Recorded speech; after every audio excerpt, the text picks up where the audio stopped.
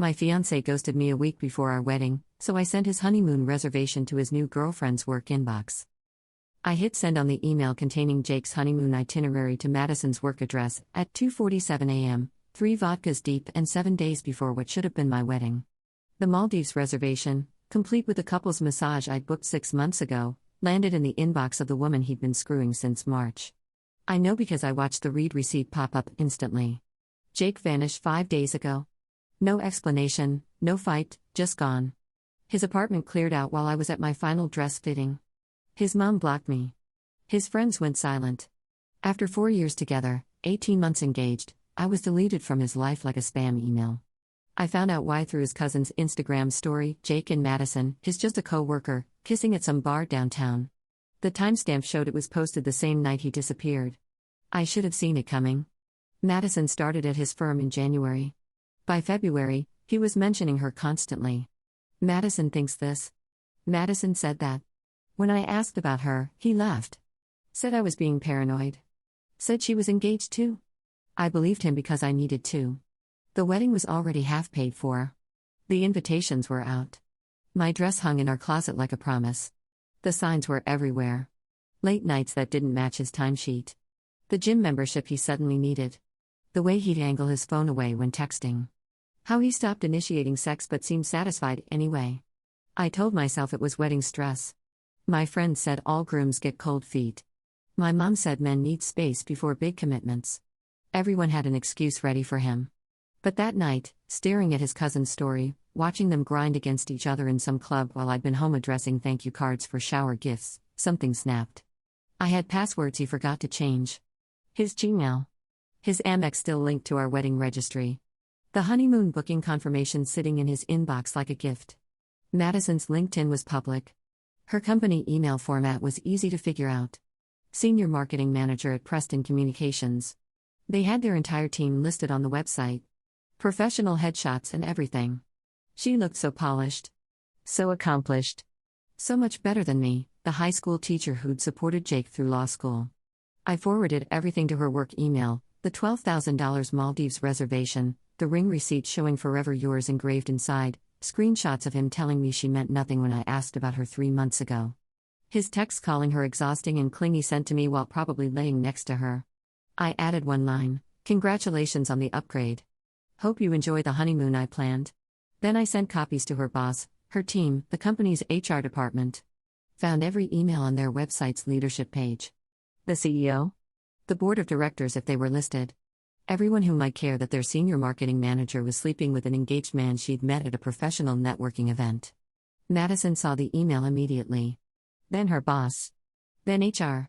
By 3:15 a.m., Jake was calling me for the first time since he vanished. 43 times.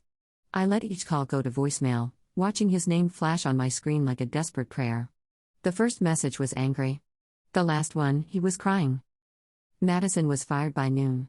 Not for the affair, but for using company property to conduct it. Jake had been sending her explicit photos to her work laptop. My forwarded emails triggered an IT investigation that found everything. Months of messages during work hours. Videos in her office. Client dinners that were really hotel meetings billed to the company. The news spread through our industry like wildfire. She was toxic now. Unhireable. Jake lost his job 2 weeks later when someone anonymously reported his time card fraud, all those long lunches with her he'd billed as client meetings. I thought I'd won something. I thought destroying them would heal me. Instead, I became the psycho ex-fiancé who went nuclear. The friend group chose Jake, even knowing what he did. "You went too far," they said. "You ruined her career over personal drama." My own sister said I needed help. The wedding vendors kept my deposits. Every single one. The venue wouldn't return my calls. I ate $30,000 in sunk costs because nobody wanted to help the woman who weaponized revenge. Jake never spoke to me again. Not one word of explanation or apology. Madison sued me for harassment and defamation. I couldn't afford a lawyer after the wedding loss. I settled for $15,000 I didn't have, borrowed from my parents who looked at me with such disappointment I stopped visiting.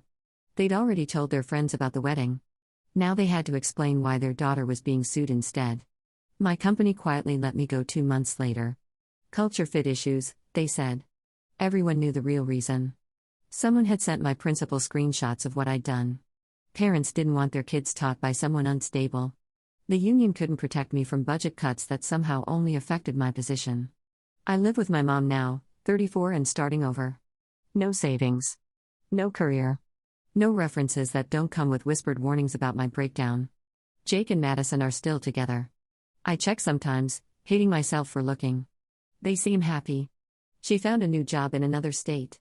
Fresh start. Clean slate. They post photos from trips I can't afford anymore. Meanwhile, I'm the cautionary tale every woman in our circle tells. Remember Sarah? Don't be like Sarah. The wedding dress still hangs in my childhood closet. I see it every morning, pristine and unworn, worth nothing now. Can't sell it because it's altered to my body. Can't donate it because seeing it leave would mean accepting what I've become. My mom pretends not to notice when I stand there staring at it, usually after wine, always after midnight. Some nights I do the math. One email sent at 2:47 a.m. cost me my career, my friends, my savings, my dignity, and any chance of him ever explaining why I wasn't enough. The satisfaction lasted exactly 18 minutes. The consequences will last forever. I thought revenge would taste sweet. Turns out it tastes like the unemployment office coffee, like borrowed money, like silence at family dinners where everyone's thinking about the wedding that never happened and the lawsuit that did. It tastes like watching from the outside while they build the life you planned. Turns out when you burn everything down, you're the only one left standing in the ashes. And ashes are all you get to keep.